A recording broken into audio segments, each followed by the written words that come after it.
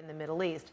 But not everyone agrees with that. I want to bring in two of our military analysts who view the challenge of defeating ISIS from different angles. Major General Spider Marks and Lieutenant General Mark Hertling. Good to see both of you, gentlemen. All right, so General Hertling, this week the president will try to win universal support. Is it a worry if the U.S. were to carry out these airstrikes alone? I think it would be worrisome if we didn't get additional coalition partners joining in on that, Frederica. That's a critical piece. This is a worldwide issue, and I think the emphasis so far is building the coalition. We've already seen France participate, and I think we need to see many more.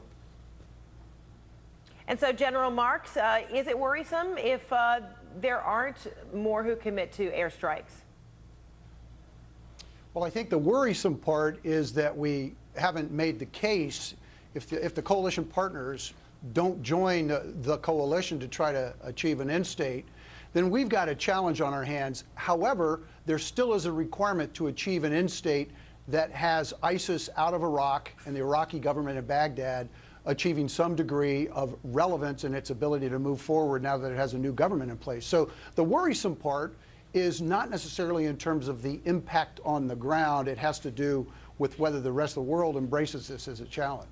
And then you've got this internal debate that so many have been talking about over ground forces. It may be customary to take place in private, but then perhaps seems problematic when it becomes in the public view. So, Major General Marks, did General Martin Dempsey undercut the president by being so public about that dissent? I think he did. General Dempsey commands the facts and he commands the room. He is an intellectual warrior leader, a first-rate individual, and a magnificent chairman. He's exceptionally glib, and when asked by the Senate whether there might be contingencies that soldiers or some form of ground forces would be required on the ground, he answered in a way, and he gave an example that said, yes, possibly that would be the case. My suggestion certainly would have been, General Dempsey, keep that to yourself. Planning can be done and is always done in a secret, in a rather closed way. He didn't need to answer the Senate's questions with that degree of detail. But certainly that's his job. He has to do that. He didn't have to do it publicly. And General Hertling, do you agree with that, especially leading up to, the eve of this UN Security Council speech by the president? Well, I think Spider and I agree on just about everything, and that's one thing we disagree on. I think General Dempsey did exactly what he needed to do. He needed to show that, yes, we're considering what might happen next. That's what we depend on our chairman to do, and I agree with everything Spider said. This is one smart guy. I've known Marty Dempsey for a very long time, and he's the best we could have in this position. He also knows the area. Remember, he commanded a division in Iraq. He helped train the Iraqi army at one point. He spent over 5 years of his life there. And I think he knows what might have to happen next, and he's preparing the American people for this long war with some potential branches and sequels to the original plan.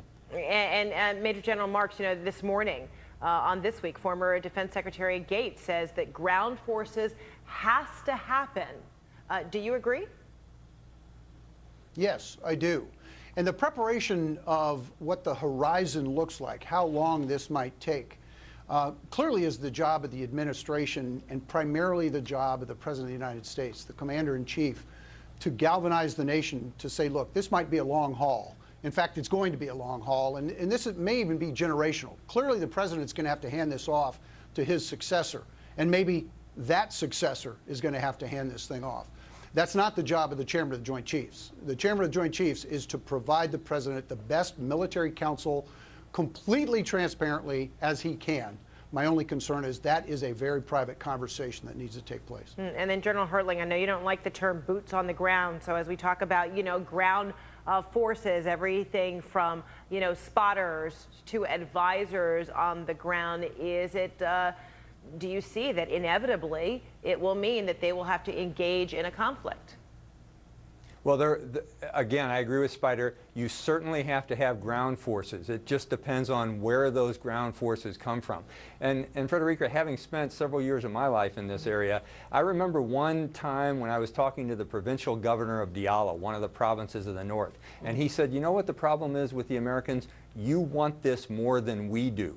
And until we want it more than you, we can't win here. And I think what we have to see is, and what the president is pushing, is the Iraqi government to stand up, whereas they did have the new replacement for the prime minister and the president this week. They still do not have a minister of defense. They still do not have, which is supposed to be a Sunni, they still do not have a minister of the interior, the one that controls the police forces and secures the people, that is supposed to be a Shia. So they still have some problems facing them. And until they get their act together in terms of driving that and providing security for all Iraqi people, I don't think our ground forces should be the priority or even be considered as the major force going in. All right, Major General Spider Marks, Lieutenant General Mark Hertling, good to see both of you. Appreciate it. Thank you, Thanks, Frederica. We'll be right back right after this.